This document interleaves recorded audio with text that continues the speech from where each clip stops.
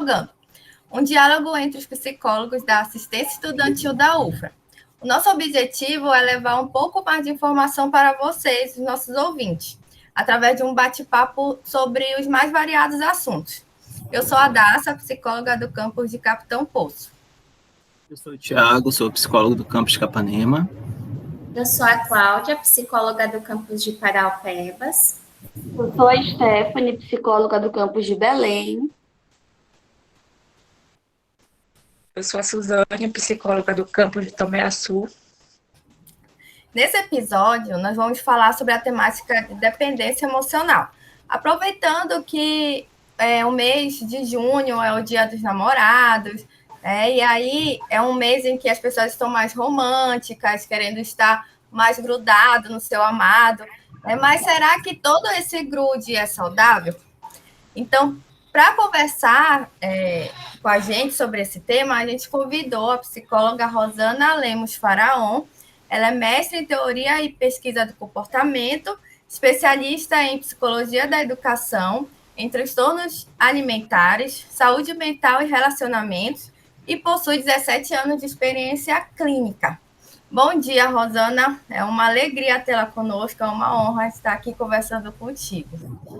Bom dia, Data. Bom dia a todas as pessoas presentes, aos nossos ouvintes, às nossas ouvintes. Sejam todos bem-vindos. É um prazer enorme receber esse convite. E eu espero poder contribuir da melhor forma possível para que as pessoas possam entender um pouco mais sobre o amor saudável, sobre o que é a dependência emocional. Certo. A gente fica muito contente com a sua presença aqui, Rosana. E, assim, para a gente iniciar, eu queria te perguntar, primeiramente, como é que foi essa tua aproximação com essa temática, né? Como é que se sucedeu essa aproximação aí? Então, eu sou da Defensoria Pública do Estado, né? Sou concursada lá e também tenho um consultório. Então, lá na Defensoria, eu comecei a atender muitas situações, porque eu fui destinada a trabalhar no núcleo de combate à violência doméstica e familiar, né? Que atualmente é o NUGEN, que é o núcleo de gênero. E lá nós temos duas frentes. Nós temos uma frente que trabalha com os homens envolvidos em situação de violência de gênero e as vítimas, né? Que são as mulheres, normalmente são as mulheres. Então, ali eu comecei a perceber como que a dinâmica dos relacionamentos amorosos podem ser extremamente patológicas e levar à eclosão de a violência doméstica e familiar.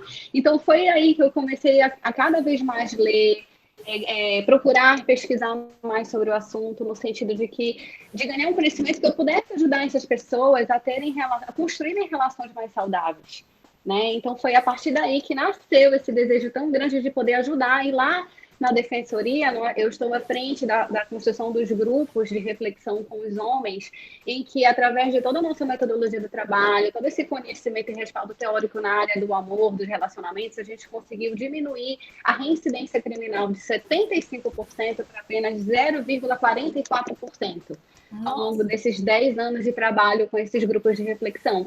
Então, foi daí que nasceu esse grande interesse, e também da minha vida pessoal, também de perceber o quanto as pessoas sofrem no amor, essa dificuldade de relacionamento, né? Então, eu mesma já vivi relacionamento abusivo.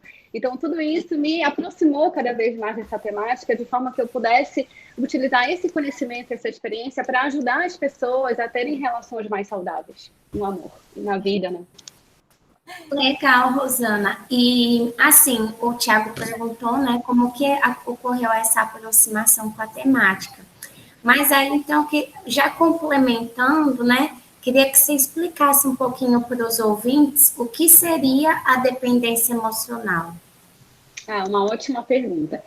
Primeiro, antes de falar do aspecto negativo, eu vou falar da questão da dependência emocional do lado positivo. Incrível, né? Mas todo relacionamento, você sempre vai ter uma certa interdependência. Imagine você num relacionamento afetivo com seu parceiro íntimo de anos e você não se abalar se ele passar por uma situação difícil. Se ela estiver internada na UTI com Covid, quem é que não se abalaria com isso? Quem é que conseguiria levar o seu dia perfeitamente normal, sem sentir, sem sofrer? Né? Então, a gente sempre vai desenvolver uma certa interdependência com o nosso parceiro, com a nossa parceira.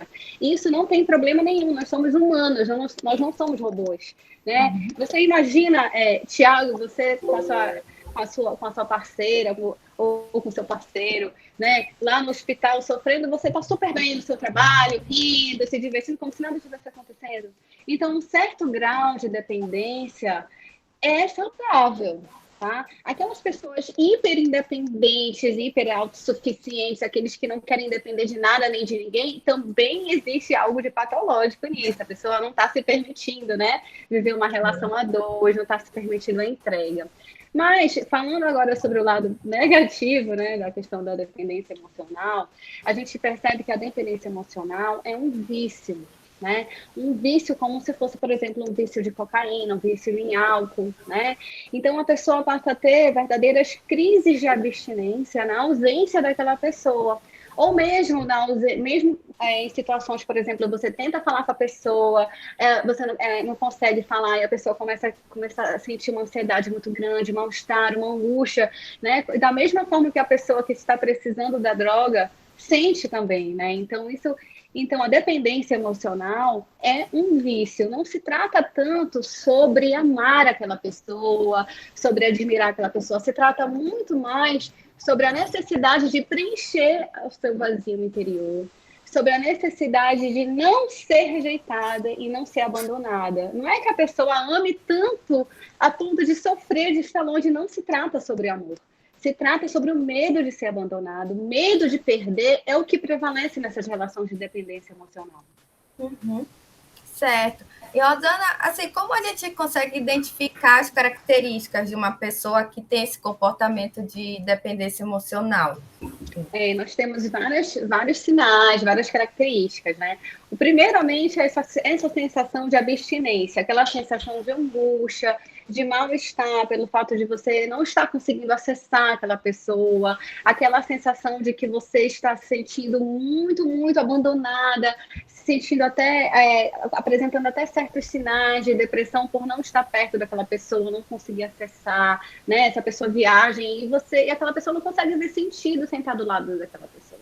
Então, muitas vezes, essa pessoa dependente emocional, ela abandona seus próprios interesses, seus próprios dons, às vezes abandona até mesmo a sua profissão para poder acompanhar aquela pessoa, né, que é objeto do seu amor, digamos assim, entre aspas, né, porque não é um amor saudável, é mais um objeto, uma patologia, né, então essa pessoa sente crise de abstinência, abre mão dos seus próprios interesses, tenta controlar essa pessoa de todas as formas para que ela possa estar se sentindo segura de que essa pessoa não está conhecendo outra, não está se apaixonando por ninguém, né? Então, aquela pessoa possessiva, aquela pessoa que está sempre ligando, querendo saber onde está, com quem está falando, se já chegou, acaba se tornando uma pessoa extremamente controladora e manipuladora, né? Quando a pessoa não atende o telefone, já faz uma crise de ciúmes, começa a brigar, as cobranças, né? Um sinal de dependência emocional também são as cobranças, né? Você cobra demais, você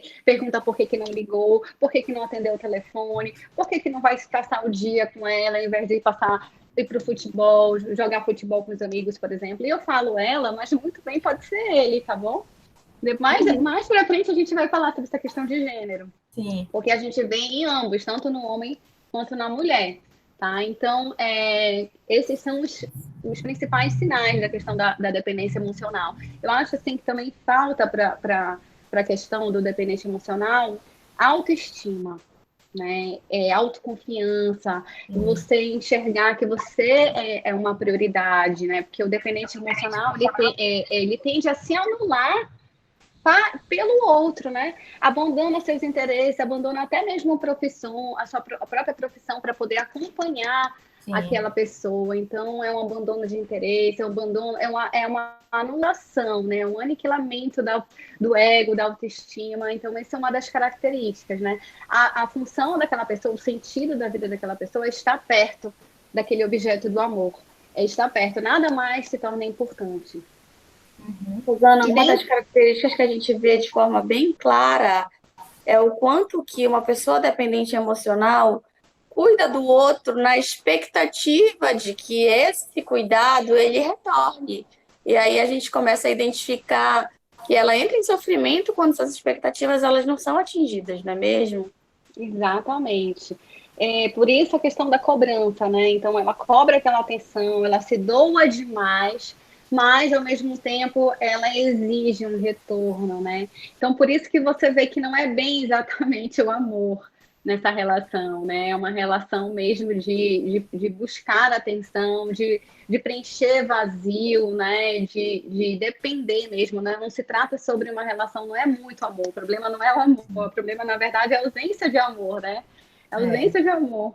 E também uma característica que eu esqueci de falar que é muito importante é o ciúme, né? Geralmente essas pessoas dependentes emocionais são extremamente ciumentas porque elas são muito inseguras. Elas têm medo de perder essa pessoa, né? É um medo de ficar longe daquele objeto do amor. Então, no caso, ele acaba vendo no outro um objeto de posse, né? Também. Exatamente. Se trata sobre um relacionamento de posse, se trata sobre posse. Não necessariamente sobre amor, então eu vou recusar aqui essa ligação. Então, se trata sobre um relacionamento de posse. Não um relacionamento de querer ver essa pessoa bem, de querer fazê-la feliz, de poder dar a ela uma liberdade para que ela se sinta feliz e realize seus sonhos. Não. Se trata de posse. Esse objeto é meu e não vou permitir que ninguém tire essa pessoa de mim, né? E eu tomo conta dela, ela é minha. É uma relação de objeto, como se fosse um verdadeiro objeto, uma propriedade mesmo. Né? Rosana, e aí a gente falando de relações de posse e relações de objeto, a gente pode pensar, você pode explicar para a gente um pouquinho qual que é a relação entre a dependência emocional e os relacionamentos abusivos? Sim. Bom, nos relacionamentos abusivos sempre existe a vítima e o abusador, né? E essa dinâmica, ela é fluida. A vítima, eventualmente, também pode se tornar abusiva, certo? Então, assim, a relação é muito próxima porque as pessoas dependentes emocionais, elas tendem a aceitar qualquer tipo de tratamento, né? Então, por exemplo, se eu te trato, te menosprezo, te desqualifico, te traio, te troco, isso aí é totalmente relevante. A pessoa que está em estado de dependência, de dependência emocional, trata, independente de sofrer violência, os vários tipos de violência, violência psicológica, violência física, violência patrimonial, violência sexual, violência moral, isso não se torna relevante numa relação entre uma relação abusiva, né, entre a vítima e o abusador em situação de dependência emocional. Isso se torna irrelevante. Qualquer tipo de violência, a pessoa que está nessa condição acaba tolerando as violências, porque ela não sabe viver sem aquela pessoa. É uma dependência. Lembra da questão do vício? Ela é tão viciada naquela pessoa que parece que sem aquela pessoa ela não consegue sobreviver. Ainda que ela tente se afastar, se ela ficar um tempo sem aquela pessoa, ela começa a sentir as crises de abstinência, que é ataque cardíaco, angústia, desânimo, às vezes chegam a sentir até uma febre emocional. Então elas pensam assim, bom, sem essa pessoa eu estou me sentindo muito pior do que com ela, por que eu não vou ficar com ela sofrendo todas as violências? Exatamente. E aí a gente também pode ver o quanto que a pessoa, mesmo sendo vítima, quando a gente está falando de um quadro desse, de adoecimento, a gente também vai ver, até de quem possivelmente pode ser uma vítima, talvez comportamentos que sejam bem abusivos do outro, né? Se você impede o outro de ir para o jogo de futebol ou de sair com os amigos, conviver com os familiares, por conta do medo de perder, e a gente também já está pensando que, de alguma forma, isso chega a um nível de abuso, né? Exato, com certeza. Isso é uma forma, também é um abuso. A pessoa se torna tão assim, cobra tanto, tenta cercear tanto a liberdade, que isso já é abusivo também com o outro, né? Que não tem o seu espaço, não tem a sua privacidade, está sempre recebendo cobranças. Isso é muito característico com esse comportamento do dependente, mais ligado à questão da perturbação da tranquilidade. Sim, né? É um tipo de perturbação de tranquilidade, porque a pessoa não tem a liberdade de viver sua vida sempre. Aquela outra pessoa está lá cobrando, está chegando, fazendo confusão, né? Por ciúme, por medo de perder, né? Aí se configura numa contravenção penal, que é a perturbação da tranquilidade. E aí eu acho importante a gente também levantar esse tipo de questão, porque as pessoas, às vezes, elas acreditam que violência é chute, é soco. Mas aí a gente também tem violências que são chamadas de invisíveis e que são muito mais sutis de serem identificadas por quem está vivendo e por quem está violentando também. Então, aquele controle disfarçado de cuidado, ele acaba sendo violência, mas é muito mais difícil das pessoas identificarem. E aí é importante a gente ressaltar esse tipo de situação. Com certeza. Inclusive, teve um caso que nós atendemos de um homem que dizia para a mulher: olha, você vai ficar em casa na pandemia, você não vai sair para lugar nenhum, seu lugar aqui em casa, como se fosse uma espécie de cuidado. Você vai ficar em casa, vai se preservar, você não vai para lugar nenhum, mesmo depois de ter aquela melhorada, mesmo depois do lockdown. Sabe, ela estava confinada há anos dentro de casa. E o companheiro dela estava muito feliz e reforçando esse comportamento. Você deve realmente ficar em casa. Até que ponto isso é zelo? Até que ponto isso é você cuidar da pessoa ou é você praticar uma violência psicológica, já que você não está percebendo a necessidade dessa pessoa sair, espairecer, respirar um ar puro, caminhar, que seja, né, num parque, num lugar seguro, que seja, mas não. É aquela situação que eu falei para vocês, não é amor. É mais o medo de perder a pessoa, né? Então, realmente o que a Stephanie falou, na verdade, é uma violência disfarçada. É um controle disfarçado cuidado, de cuidado. Exatamente, mas de cuidado para quem tá, exatamente, e que para quem está numa situação vulnerável, né, de afeto, de cuidado, de privação, pode parecer, olha só o quanto que essa pessoa me ama. Mas, Rosana, mas esse exemplo que você deu, né, agora, desse homem que não deixava a mulher sair, nesse caso, você acredita também que não necessariamente esse homem é dependente, ele pode ser abusivo sem ser dependente emocional? Olha, no caso desse homem, a gente já estaria falando de um outro transtorno, tá? Que é o ciúme patológico. A gente pode até fazer um podcast sobre isso, porque é muito interessante. Uma coisa é um amor patológico, a dependência emocional, e a outra já é totalmente diferente, que é o ciúme patológico. Não é dependência aí. No ciúme patológico não existe uma relação de dependência. Existe uma relação, sim, de controle, de medo de ser traído. Né? Então, é uma relação de posse. É diferente. O ciumento patológico ele já não tem a dependência, ele tem o medo de ser traído, o medo de ser trocado, mas é uma relação de dependência. Aí a gente pode marcar, viu, Adá, um outro podcast para a gente tratar sobre esse quadro de ciúme patológico, que ele é diferente da dependência. Sim, é importante. Então, Rosana, você poderia explicar um pouco para a gente se toda relação dependente é necessariamente um relacionamento abusivo? Não necessariamente. Porque, Suzane, o que marca a questão da dependência emocional é o sofrimento. Aquela pessoa está em sofrimento. Por exemplo, o caso que eu falei da mulher que o homem, vamos supor, foi jogar futebol, passou o dia todo fora, ela se martirizou, ela sofreu, ela ficou mal, ela teve crises e crises de abstinência. E aí aquele sofrimento muito grande. Mas nem sempre uma relação em que há uma certa dependência é necessariamente uma relação abusiva. Veja bem, imagine aqueles casais que já estão 30 anos juntos, 25 anos juntos, já viu como eles desenvolvem uma certa dependência um no outro? Eles só vão para um lugar que o outro for, eles gostam de fazer tudo juntos, mas aí a pergunta é, existe sofrimento nisso? Ou eles estão funcionando muito bem, com respeito, com consideração? Se a resposta é estamos felizes, estamos bem, estamos convivendo bem, estamos convivendo no respeito, não existe, não é configurada uma dependência emocional patológica. Pode sim, lembra que eu falei que nem toda dependência é necessariamente patológica? Sim. Sem levar em consideração a idade da pessoa, o contexto que a pessoa vive, né?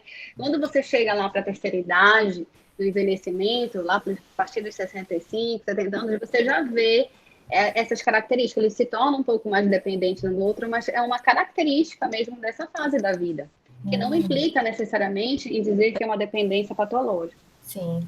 Nossa, interessante esse ponto, né? Se há ou não sofrimento, porque pode não haver. E eu não tinha parado para pensar. Exatamente. Certo. Então, assim, Rosana, quais são as principais dificuldades do casal que vivem um relacionamento dependente, vamos dizer assim, disfuncional, patológico? Olha, isso afeta muito a saúde mental, né? De ambas as pessoas, né? Porque de um lado tem uma pessoa que sofre, que quer atenção, que faz de tudo para receber aquilo e muitas vezes depois cobra de volta, e do outro lado tem aquela pessoa que se sente muito sufocada, sabe? Que não está aguentando viver assim, que não tem liberdade para ir visitar ali a mãe, visitar ali a família, sair com um amigo, que já é uma briga, já é uma confusão, né? Aí já entra um controle aversivo, se você fizer tal coisa, então eu vou brigar com você, eu vou te infernizar. Então a pessoa já fica ali naquela situação muito tolhida, acaba deixando de fazer também as coisas que gosta, deixando de confraternizar com os amigos, deixando de visitar a família, deixando de fazer coisas legais, já com medo do que pode vir a acontecer, né? A pessoa vai lá e cobra e briga, às vezes a pessoa, não, eu prefiro viver em paz, entre aspas, né? Não faço nada disso, prefiro largar de mão e viver em paz. Mas aí você está sendo refém do dependente emocional, né? Você está abrindo mão da sua vida, você está se anulando para viver em paz, entre aspas, né? E aí que está o grande problema. Então, acaba que tem um reflexo muito grande para ambos os lados, né? Para as duas pessoas, tanto aquela pessoa que é dependente quanto aquela que não é, que está sendo tolhida na sua vida, está havendo aquela perturbação de tranquilidade, que isso é uma contravenção penal. Né? Então, assim, o desgaste emocional é muito grande, sintomas de depressão e ansiedade são muito comuns, sintomas de ansiedade e depressão naquela pessoa que é dependente, sintomas de ansiedade na pessoa do parceiro ou da parceira, né? Porque você fica, ai meu Deus, qual vai ser a próxima briga? O que foi que eu fiz? Sabe? Fica naquele estado de medo, de tensão, qual vai ser a próxima briga, tentando evitar, você já não consegue mais concentrar a sua vida para progredir, né? Você no trabalho você fica desconcentrado, se você estiver estudando você já não consegue se concentrar tanto, porque você fica sempre naquele estado de tensão, aquele estado de medo, né? Qual vai ser a próxima briga? Aí fica aquela confusão toda, às vezes tem filhos envolvidos, né? Então a pessoa acaba abrindo mão também, né? Aquela pessoa que está se relacionando com dependente afetivo acaba abrindo mão da sua vida para tentar viver uma vida tranquila, em paz, fazendo tudo o que essa pessoa deseja, né? Em prol essa suposta paz, né? Porque não é uma paz. Quando você abre mão da sua vida, quando você se anula, você não está vivendo em paz. Você está se machucando, você está se anulando, né? Então, esses são os problemas mais frequentes. Sim. E, Rosana, pensando aqui, né? Você colocou essas características, esses problemas, e a gente fica sempre pensando, quando a gente fala de dependência emocional, talvez também um pouco da nossa cultura, né? Dá um entendimento assim, isso parece ser coisa mais de ocorrer em mulheres, por exemplo, né? E aí você colocou bem, né, que a gente ia falar sobre essa questão de gênero. Na sua percepção, né, de anos de atuação, você identifica que existe alguma prevalência ali, ou você vê que é mais ou menos equilibrado? E as relações homoafetivas, como elas entram com essa questão da dependência? Como é esse processo? Olha, já existem pesquisas sobre isso. Tem uma doutora no assunto chamada Eglaci Sofia. Inclusive, vocês podem procurar depois para ler a dissertação de mestrado dela, a tese de doutorado, em que ela criou uma escala para medir a questão do amor patológico, que está ligado à dependência afetiva. E desculpa, acabei me perdendo na sua pergunta, era cisgênero, né? Então, nessa pesquisa que ela fez, o doutorado dela, ela colocou que ela descobriu que apenas 30% das pessoas são do sexo masculino e que 70% é do sexo feminino, tá? Então, a prevalência maior são nas mulheres, tá? Menor nos homens. Já o ciúme patológico já é o contrário, a prevalência maior é nos homens, tá? E nas mulheres é menor. Sobre a questão da homoafetividade, a gente verifica muito essa questão de relacionamento abusivo também nessas relações, tá? Então, nós já recebemos, inclusive, mulheres no nosso grupo, lá dos grupos de reflexão, mulheres autoras de violência contra as suas parceiras. Então, a gente vê essa mesma dinâmica. A mesma dinâmica de sentimento de posse, de ver a sua parceira como uma propriedade e vice-versa. A gente não atende tanto homens em relacionamento afetivo, a gente atende mais as mulheres. Tá? Porque como lá é um núcleo relacionado à mulher vítima, então as pessoas que vão lá são todas de violência contra a mulher, independente de ser um homem que violenta a mulher ou a outra mulher que violenta a parceira. Então a gente verifica exatamente a mesma dinâmica, tanto nos héteros quanto nos homossexuais também, nos relacionamentos.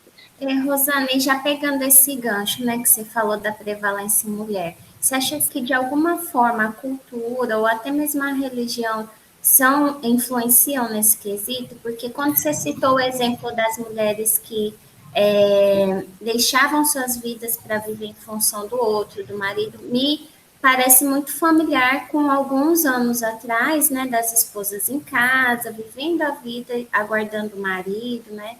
Então, queria saber um pouquinho sobre essa questão cultural, até mesmo religião, não sei, aí é uma pergunta mesmo. Certo. Bom, de cultura a gente sabe que sim, né? Por causa da cultura, do patriarcado, né? Que já está instaurada já há milênios, não é uma questão de 100, 200 anos atrás, né? Isso aí é uma questão milenar. Se você for estudar lá Roma, né, a sociedade romana, 2.000 anos atrás, 3.000 anos atrás, você já via o patriarcado totalmente instaurado, né? Naquela época, as mulheres poderiam até ser vendidas ou trocadas, como se fossem escravos. Né? Então, não é algo que vem de agora, essa ideia de que a mulher ela é propriedade, que a mulher é um objeto do homem. Infelizmente, essa distorção, né? Não vê a mulher como um ser humano, com um sentimento, com dignidade, com vontade de crescer na vida, imbuída de sonhos. Né? Então, muitas vezes, essa questão cultural, na maioria das vezes, influencia essa relação entre os homens e as mulheres. Né? Porque o homem acaba se sentindo como um dominador. Ele quer se posicionar nessa dominação e muitas vezes eclode uma violência de gênero justamente porque o homem quer estabelecer ou reestabelecer o seu poder. Né? Quantas vezes eu ouvi lá no atendimento com os homens que ele cometeu uma violência contra a mulher porque ela não quis ouvi-lo ou que ela não quis obedecê-lo. Né? Então, é claro que nós nascemos num país altamente machista, mesmo que a gente não queira ser, nós acabamos tendo em algum momento da nossa vida, porque a gente está desde o ventre da nossa mãe, sofrendo influência do patriarcado. Entendeu? E aí a gente vem nessa construção, né? Exatamente. E aí a gente vem nessa construção de como que a gente precisa cuidar, ser cuidada, da ideia do príncipe encantado, dos desenhos que já vem trazendo uma nova configuração de mulheres mais influentes. Mas aí a gente vai pensando numa construção de que você, como mulher, você foi feita para cuidar do outro e para ser cuidada. E você precisa construir seu casamento, você precisa manter seu casamento independente de como isso acontece. Eu acredito muito que a violência ela acaba acontecendo quando a mulher, de algum jeito, ela quebra esse ciclo de submissão, ela acaba fazendo algo. Opa, pera lá, eu não vou ser passiva. Uhum. Isso aí é bem interessante, porque nós trabalhamos, inclusive, no grupo de reflexão com os homens, justamente para construir essas relações saudáveis, com mais igualdade, equiparidade entre homens e mulheres. A gente traz algumas questões, você perguntou da questão religiosa, né? Existe, eu vejo, assim, um mito muito grande sobre essa ideia da mulher frágil, sabe? Porque na Bíblia a gente vê várias citações de mulheres guerreiras, mulheres fortes. A gente vê Débora, por exemplo, ela convocou o povo para lutar contra o rei de Canaã. A gente vê que ela liderou aquele movimento da guerra e eles venceram a guerra. A gente vê a rainha Esté, que livrou todo um povo de Israel da morte, né? A gente vê uma série de mulheres fortes na Bíblia. Maria, que suportou a dor da morte do filho, que foi crucificado, sacrificado na frente dela e continuou o ministério dele ao longo de toda a vida. Então, muitas vezes a gente tem uma ideia distorcida da questão religiosa que as pessoas precisam interpretar de uma forma diferente. E esse é um dos aspectos que a gente faz no grupo de reflexão. Tem um dia que a gente vai conversar sobre a questão bíblica, a questão religiosa. Por que a gente faz isso? Porque muitos dos comportamentos dos homens, eles justificam como se tivesse uma base bíblica, como se a Bíblia dissesse que o homem tem que violentar a mulher, que o homem tem que maltratar a mulher, o homem tem que chutar o pau da barraca, que é a mulher que tem que obedecer, e a Bíblia nunca falou sobre isso. Né? Então, a gente tenta desmistificar, ao contrário, a gente mostra vários trechos bíblicos em que Jesus trata a mulher em absoluto pé de igualdade, com absoluto respeito. Né? Ele colocou Maria Madalena para dar aula da língua deles de hebraico para todos os discípulos aprenderem. Ele chamou as mulheres para sentar à mesa, que não era um hábito comum naquela época. Ele pediu para uma mulher que estava na sinagoga, que era dividida, uma parte da sinagoga era apenas para mulheres. Ele chamou essa mulher para frente, a mulher não quis ir, porque ela se sentiu envergonhada, que naquele local só podia entrar homens. Jesus não se importou com aquilo, chamou a mulher para entrar sim naquela parte, porque não existe acepção de pessoas para Deus. Então, tem muita questão que a gente tem que desmistificar. E esse ponto é um ponto muito importante do nosso progresso, do nosso trabalho. Eu acho que eu devo também a essa questão da gente conseguir discutir, questão bíblica, para que os homens entendam que é importante o respeito, é importante a parceria, é importante um tratamento de igualdade, né? E que isso é uma base muito importante, que a partir dali, mesmo aqueles que são os mais religiosos, eles começam a ver de uma forma totalmente diferente a mulher. Os evangélicos, os católicos, que no final do grupo a gente chama essas mulheres, olha, como é que está o comportamento deles? Olha, está muito diferente agora que ele já está participando das atividades domésticas comigo, ele já está participando ativamente, ele não só me ajuda, ele participa, ele já dá banho, ele troca a fralda, ele me ajuda a colocar a mesa, me ajuda a cozinhar, coisa que antes do grupo não, porque ele dizia que o papel dele não era esse. Sabe? Homem evangélico, não, meu papel não é esse, eu estou trazendo comida para casa, mas que história é essa? E a gente traz isso para a discussão. E a gente está conseguindo transformar a masculinidade, transformar a vida, sem dizer que a Bíblia não presta, né? Sem excluir, sem afetar as crenças religiosas das pessoas espirituais. Porque eu acredito firmemente que isso pode até ajudá-los a serem pessoas melhores, como as próprias mulheres falam. Agora nós estamos buscando juntos a Deus. Então, ótimo, que maravilha, é isso que a gente quer, entendeu? Bem legal, gostei bastante. Verdade. No caso da questão religiosa, Rosana, o que eu queria pontuar, queria que até você esclarecesse para a gente, é aquela questão do que o amor tudo suporta. Por exemplo, numa relação em que o marido, por exemplo, vive relacionamentos extraconjugais, a esposa sabe, mas não, ela está orando, e o amor tudo suporta, e Deus vai restaurar, só que é visível, né, que não, infelizmente não existe mais esse casamento. Só que aí ela se fortalece, no caso, na religião. Não, Deus vai restaurar e tudo. Aí eu queria saber nesse ponto, desse lado.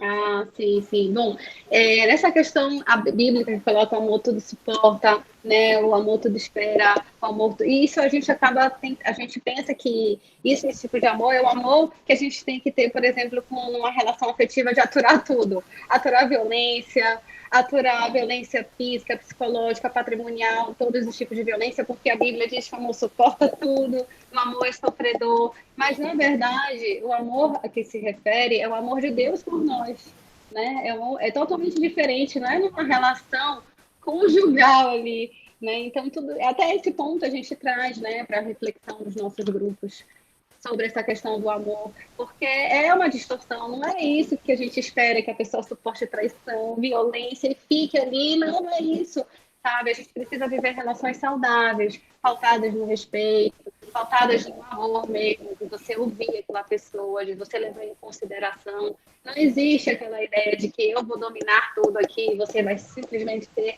submissa a tudo que eu desejo, tudo que eu sinto, mas não, porque é o amor que tem que prevalecer no relacionamento. O amor é escuta, o amor é sentimento, o amor é você querer ver a pessoa bem, valorizar. Isso sim é uma construção de um relacionamento saudável, né? Uhum. Entendi. Agora sim, Rosana. Depois a gente estava vendo essa questão da cultura, vendo essa questão da religião, que, enfim, também faz parte da cultura, em um certo aspecto. E você antes estava tocando no assunto que a dependência ela pode funcionar semelhante a um vício, né, quando a gente olha pelo aspecto negativo. Assim, há algum componente que você conheça, que se fale, algum componente biológico que associe de alguma forma, né, a dependência, que tenha tipo umas raízes biológicas que também contribuam para esse aspecto da dependência? Você poderia falar algo a respeito? Você vê algo nesse aspecto? Nossa, sim, muito interessante a tua pergunta.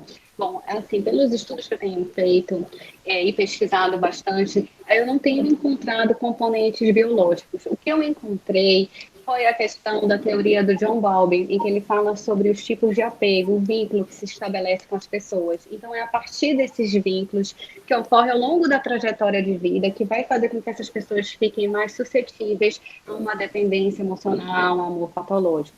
Por exemplo, na sua relação com sua mãe, seu pai ou cuidadores, você percebe uma relação de negligência, uma relação de abandono, né? Que seria um vínculo evitativo, um vínculo rejeitador. Ou você percebe que aquele cuidador, seja esse cuidador, cuidadora, mãe, pai, ou quem quer que seja, é uma pessoa que olha está lá, que você pode contar, e outras horas some, desaparece, te abandona. Aí ficaria um vínculo ambivalente, né? Ou aquela pessoa que está sempre lá, sempre pronto para lhe passar segurança, para lhe sustentar nos seus momentos difíceis, né? Aí estabelece vínculo seguro.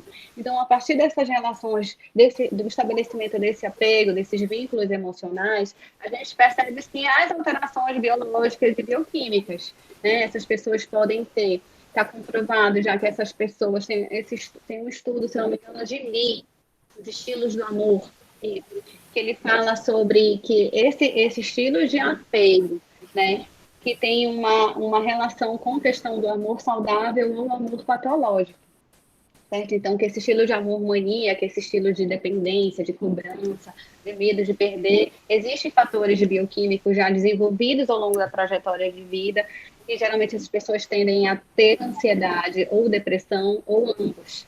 Né? Então, é uma questão que vai se construindo ao longo da trajetória de vida, a partir desses primeiras relações, né, entre os pais, entre as mães, os cuidadores e cuidadoras. E, Rosana, eu fiquei um pouco na dúvida, né? Em algum momento você falou sobre o amor patológico, depois ciúme patológico, e aí eu queria entender... E aí eu queria entender aonde que a dependência emocional ela se enquadra. Eu não ficou claro para mim o ciúme patológico, o amor patológico, e aí a dependência emocional fica onde? Certo, não, ótimo. A tua pergunta para deixar bem claro, tá? Um amor patológico é um quadro, tá? Ainda não é uma entidade nosológica, você ainda não encontra no manual do DSM-5, no CID-10, ainda não encontra. É um quadro que está havendo, assim, todo um trabalho de comprovação da existência para poder ser uma entidade nosológica. O amor patológico, uma das suas características é exatamente o que vocês estão tratando, nós estamos tratando hoje, que é a dependência emocional. É uma das características do amor patológico. Tá? Podemos colocar assim, o amor patológico é um quadro em que a dependência emocional é um dos critérios para um diagnóstico do amor patológico, tá? Já o ciúme patológico já é um outro quadro em que não existe a dependência emocional, tá? Existe sim a heteroagressividade, que é a agressividade voltada para o objeto desse amor, o medo de ser traído, já não é mais o medo de ser abandonado, já é um outro quadro. Por isso que eu sugeri que a gente pode um dia marcar para a gente conversar sobre o ciúme patológico. Sim. Ah, sim, agora sim, entendi. É mais o que está por trás disso, né? Do comportamento em si. Os medos são diferentes, né? Exatamente isso. Enquanto na dependência emocional, o medo é de ser abandonado, de ser rejeitado. Já no ciúme patológico, o medo é de ser traído. Entendeu? São dois quadros diferentes. Interessante. A gente precisa marcar urgentemente esse outro podcast, né? Que o 2.0. Eu super topo, falar de amor comigo mesmo. Sério. E, Rosana, a gente sabe assim que o primeiro passo é a pessoa reconhecer que ela vive um relacionamento dependente que não é saudável. E aí eu queria saber qual seria essa porta de entrada, assim, para essa pessoa, um local ou algum profissional para procurar essa ajuda. Uhum.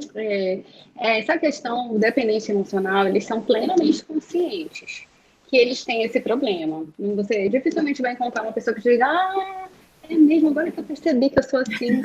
Eles são conscientes, plenos, só que eles não conseguem mudar. E aí eles só vão conseguir mudar com atendimento psicoterápico, né? Fazer uma boa de uma terapia, né? E aí essa pessoa ela pode buscar ajuda nas clínicas de psicologia. Tem clínica de psicologia na UFRA, mas tem clínica de psicologia na UFPA, clínica de psicologia na UNAMA, clínica de psicologia na ESA+, né? Também pode procurar, se ele não tiver no respaldo financeiro, também pode procurar nos postos de saúde, mas seria muito importante procurar profissionais especialistas na área que entendam sobre todas essas questões que a gente conversou, principalmente sobre como se estabelece o apego, porque é ali que está o ponto, o X da questão, né? É ali que está onde tudo foi construído, essa fragilidade, essa dependência emocional, esse medo de ser rejeitado, é ali que está.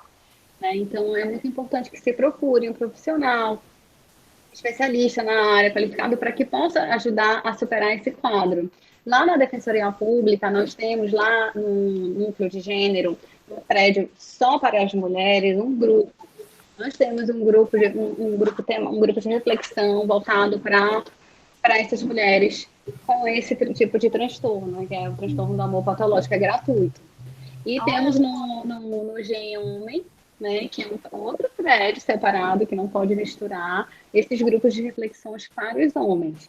Ele é gratuito também e pode ser a pessoa pode ir voluntariamente lá ou via decisão judicial de participação desses grupos reflexivos. Tá. Rosana, você falou que a pessoa ela sabe que ela é dependente. Então, quais são os fatores que podem impedir ela de procurar ajuda? Eu acredito que é aquela esperança, sabe, de que ele vai mudar, ele vai me dar mais atenção. E às vezes a pessoa está tão perdida, tão desorientada, que não sabe onde buscar ajuda, sabe? E aí ela vai conversar com uma amiga, vai conversar com alguém da família, a pessoa não vai entender, vai dizer que isso é uma frescura, né? Que a gente ouve muito que problemas psicológicos são frescura, né? Nós psicólogos ouvimos muito isso, né? Verdade. Então, muitas vezes a pessoa não tem alguém que possa orientar, olha, isso aí é um quadro de amor patológico, isso é uma situação que tu pode superar através de terapia. Muitas vezes o que falta é conhecimento da causa mesmo, até para as pessoas ajudarem, porque até então a pessoa não sabe que isso requer um tratamento. Né? E que legal que vocês estão fazendo esse podcast, porque eu acredito que assim a gente vai ampliando, né, esse conhecimento, as pessoas vão entendendo. Às vezes a pessoa fala, nossa, eu nem sabia que isso era um quadro. Não sabia que isso era uma condição, achei que fosse uma coisa normal dos relacionamentos. Sim. Pra você ter uma ideia. Que você falou foi interessante, né? A pessoa tem essa consciência, mas não necessariamente o termo técnico, né? Que precisa para esse acompanhamento. E a Dassa falou dos obstáculos para procurar ajuda, e eu queria saber, assim, em relação ao próprio estilo de vida ou condição de vida, não financeira, né? Mas no sentido assim, vem muitas situações à minha mente de mulheres, às vezes, que justificam, né? Os filhos justificam que ela não tem depois um emprego também, né? Ou outras situações, né? Que já tem muitos anos, enfim. E isso também são os obstáculos? Sim, com certeza. E a gente percebe também um sintoma muito frequente que é a anedonia, né? Aquela falta de energia, aquela falta de vontade de sair de casa para resolver. Geralmente essas pessoas já estão com um certo quadro de depressão já instalado, né? E aí tudo isso é um impeditivo da pessoa ter força para ir buscar. Por isso que é tão importante você ter alguém que te dê aquela força, que te pegue, que te leve, entendeu?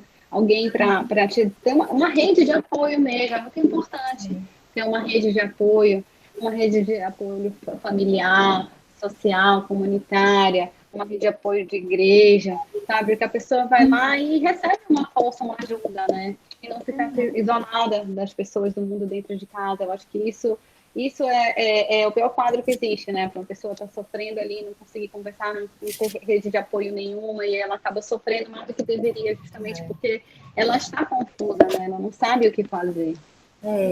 E esse grau de sofrimento, às vezes, é tão grande que a gente vê os filhos sinalizando, né? Seja para a mãe, por exemplo, que é o mais comum.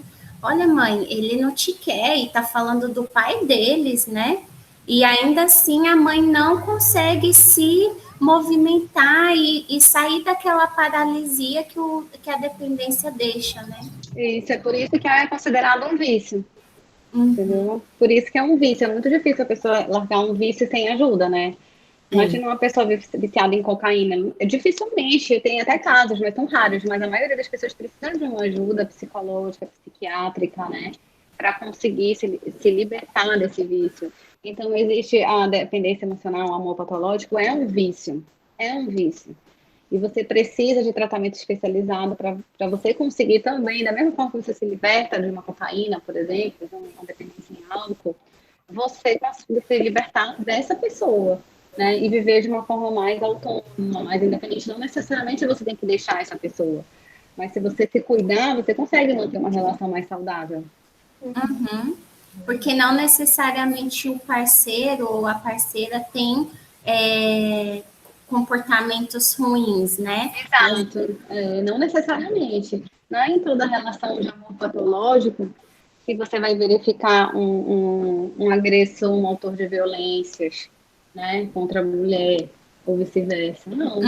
Tem alguns que não, e tem muitos parceiros e parceiras que não são violentos. Embora essa pessoa, por ser extremamente, entre aspas, assim, grudenta, né, aquela pessoa muito dependente, que sufoca, às vezes isso realmente faz com que a pessoa tenha atitudes assim de impaciência, né? Então, mas não que seja uma pessoa violenta, né? Mas qualquer um de nós que está submetido sobre um grande sufocamento, né? A pessoa te impede de viver, impede de fazer as coisas que tu gosta, uma hora você vai falar, me deixa, né? Me dá espaço, né? Não quer dizer que você, por isso, é uma pessoa violenta, né? Verdade. Tiago, quer perguntar? Eu estava, na verdade, aqui pensando, né, duas situações, né, que vou utilizar assim, um amigo de um amigo de um amigo de um amigo, né,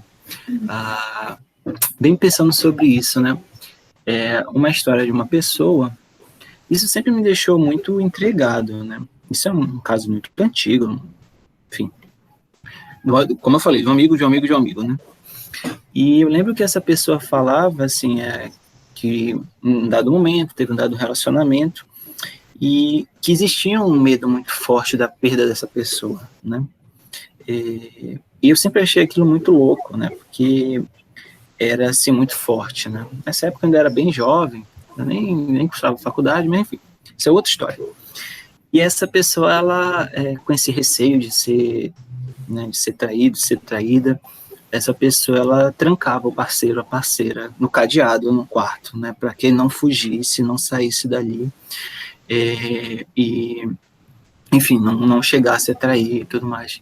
E acho que fica bem visível depois que a Rosana falou, né, sobre essa questão, né, desse medo, né, de perder, de ser traído, de ser enganado, né. E isso é muito forte, porque, para mim, assim, é um caso bem forte, né. Mas existem aqueles casos que são mais sutis, até mesmo do tema que a gente está abordando hoje, né? Aquilo que a Rosana estava falando, os casos mais sutis, né? Que às vezes se confunde com cuidado. E eu lembro de uma outra situação, agora um pouco diferente, que era justamente isso, né? Uma pessoa morava em um dado lugar e o parceiro ali, a parceira, sempre muito preocupado. E, olha, mas se você sair de casa, me manda uma mensagem. Se você estiver indo na rua tal, me manda uma mensagem. Me manda cada rua que você for, né, me manda uma mensagem. Porque eu tô muito... Isso mesmo. Perfeito. Eu curioso disso, é assim, eu falava com essa pessoa, nossa, mas olha, cuidado com isso. Não, mas é cuidado. Mas, olha, me parece um pouco estranho, porque assim, a pessoa não estava nem no mesmo estado. Então, o que essa pessoa conseguiria fazer, né? Então, esses casos parecem ser muito sutis, né? Mas que às vezes A pessoa não tem noção disso também. Aí, eu não sei, para mim parece um pouco não tem uma noção disso, né? Mas você me fala assim, você fala pra gente, a pessoa tem consciência em algum grau, né? Dessa dependência, né? Então, nesse aspecto, assim, a pessoa que tem um amor patológico, ela tem consciência. O amor patológico é um quadro. O ciúme patológico já é outro quadro, com características diferentes. No caso que você está citando aí, do homem que trancava a mulher, me parece ser ciúme patológico. Já o do ciúme patológico, ele já não tem grau de consciência. Já, como eu lhe falei, já é outro transtorno diferente. Entendeu? O ciumento patológico ele pode ser abusivo por 5, 10, 15 anos na vida sem se dar conta que ele é abusivo. Já é outra situação, entendeu? Na dependência emocional, que é uma das características do amor patológico, a pessoa é consciente, mas não consegue. Já no ciúme patológico, ela já não... Ixi. Rosana caiu. Vamos dar um pause aqui, peraí. Sim.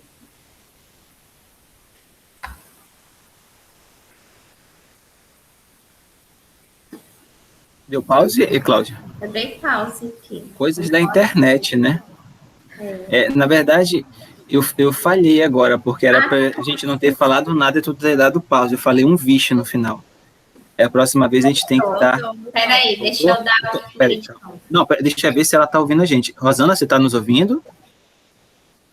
Ela tá com o microfone desligado. Tô ouvindo. Caiu na internet de repente. Tá. Então, Cláudia, tu dá um já, aí passa 3 segundos, aí você continua, Rosana. Não precisa passar 3 segundos, não. É só o botão aqui. Eu parei, eu nem sei onde eu parei. É do ciúme. Já estava no ciúme. A pessoa não tem consciência do ciúme patológico. Uhum. Mas eu falei isso já, né? Sim. Você estava terminando quando... Caiu. Eu nem sei de onde eu parei exatamente. Mas eu falo de novo, então... Tá, peraí, então. 1, 2, 3 e já. Então, o amor patológico... Peraí. Vou ter que... Ai, acho que eu fiz merda. Mas tá bom, vamos continuar de novo, depois eu junto. 1, 2, 3 e já. Então, no amor patológico... Peraí. Fiz besteira aqui. Coisas da internet, Rosana. Ai, que coisa que eu fiz. Tá, já sei o que eu fiz. Tá, 1, 2, 3 e já. Então, no amor patológico, nesse quadro, uma das características é a consciência de que você tem um problema, mas que você não consegue controlar. Já no ciúme patológico, não existe essa plena consciência. Para aquela pessoa, aquilo é o que tem que ser feito. E tá tudo bem, tá tudo certo, porque quem ama, cuida, entre aspas, né? Que é aquela questão do ciúme patológico disfarçado de cuidado, de zelo, de amor, né? Mas é um tipo de violência, né? O ciúme patológico é uma violência psicológica, certo? Então, já nesse quadro, não existe essa consciência. Uma pessoa autora de violência pode passar anos com uma violência muito sutil, como já foi colocado, pode passar anos cometendo esse tipo de violência, né? E não se dá conta que está sendo violenta. Eu já ouvi alguns homens no grupo de reflexão falar assim, nossa, eu fui a minha vida toda, eu fui violento, né? Violência psicológica, e não sabia que eu estava sendo violento, sabe? Então foi um insight no momento já do grupo, assim, lá pela 7ª, 10º encontro, em que ele falou isso. Eu não sabia que eu estava sendo.